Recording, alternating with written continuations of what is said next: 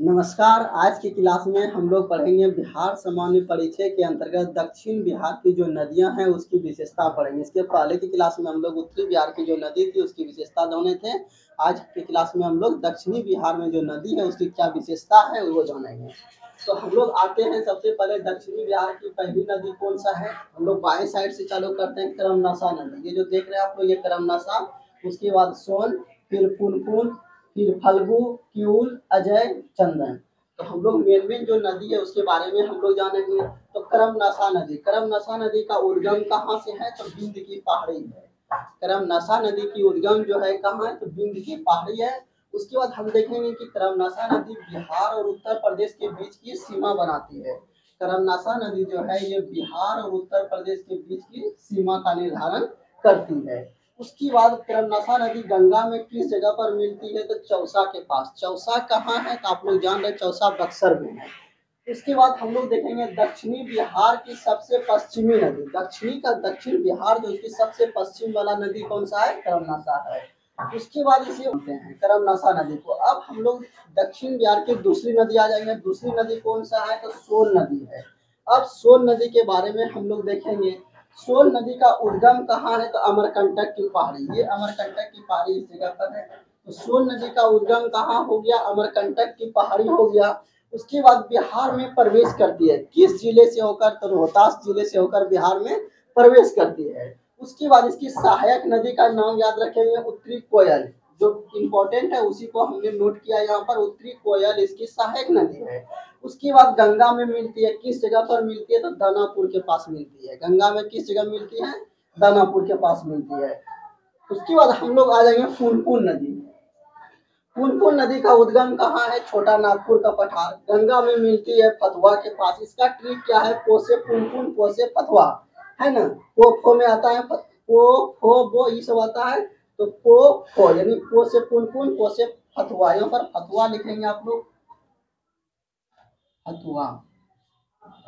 उसके बाद गंगा नदी में कहाँ मिलती है फतुआ के पास मिलती है। उसके बाद देखेंगे सहायक नदी इसका कौन कौन से है तो दरघा यानी दरधा दो रो धमाटा ये दो है। दरधा और मोरहर। दरधा और मोरहर नदी इसकी क्या है सहायक नदी है। किसकी तो पुनपुन की। उद्गम छोटा नागपुर का पठार गंगा में मिलती है तो फतुआ के पास मिलती है फतुआ यहाँ पर। उसके बाद इसकी सहायक नदी दरधा और मोरहर।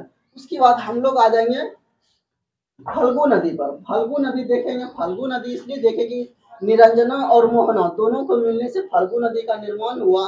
तो मुख्य नदी हम लोग का फल्गु ही होगी। से फल्गु के बारे में देखेंगे। उद्गम कहाँ है हजारीबाग का पठार है।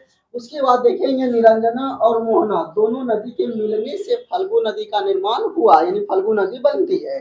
फल्गु नदी पर भारत का सबसे बड़ा रबर डैम हाल ही में बनाया गया है। तो फल्गु नदी पर भारत का सबसे बड़ा रबर डैम है। रबर डैम का नाम क्या है गयाजी डैम है जिसका उद्घाटन नीतीश सरकार ने किया है। उसके बाद हम लोग देखेंगे गौतम बुद्ध को ज्ञान की प्राप्ति कहाँ हुआ था तो फल्गु नदी के किनारे ही हुआ था। विष्णु पद मंदिर यानी हिंदू धर्म का पितृपक्ष मेला कहाँ लगता है तो फल्गु नदी के किनारे ही लगता है। तो अभी हम लोग क्या क्या देखें दक्षिणी बिहार की जो नदी है उसकी विशेषता देखें वो कहाँ से उद्गम हो रही है क्या उसकी विशेषता है। अब हम लोग देखेंगे प्रमुख शहर किस नदी के किनारे स्थित है उसके बारे में पढ़ेंगे। आप लोग इसे नोट कीजिए।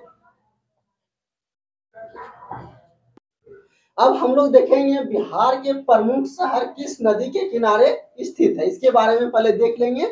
बिहार के प्रमुख शहर जो है किस नदी के किनारे है। तो हम लोग पहले आते हैं छपरा। छपरा किस नदी के किनारे है तो घाघरा नदी के किनारे। छपरा इस जगह पर है तो छपरा किस नदी के किनारे है तो घाघरा नदी यहाँ पर है। तो छपरा जो है घाघरा नदी के किनारे स्थित है। हाजीपुर किस नदी के किनारे है तो गंडक नदी के किनारे। हाजीपुर किस जगह पर है इस जगह पर है। उसके बाद देखेंगे सोनपुर। सोनपुर किस नदी के किनारे स्थित है गंडक नदी के किनारे। हाजीपुर और सोनपुर आसी पास है। उसके बाद देखेंगे हम लोग मुजफ्फरपुर। मुजफ्फरपुर किस जगह पर है तो यहाँ पर है। मुजफ्फरपुर किस नदी के किनारे हो गया बूढ़ी गंडक नदी के किनारे। समस्तीपुर उसी के नीचे समस्तीपुर। समस्तीपुर किस नदी के किनारे बूढ़ी गंडक। खगड़िया किस नदी के किनारे बूढ़ी गंडक नदी के किनारे। उसके बाद फतुआ देख लेंगे। फतुआ अभी आप लोग पढ़े थे। फतुआ किस नदी के किनारे है पुनपुन।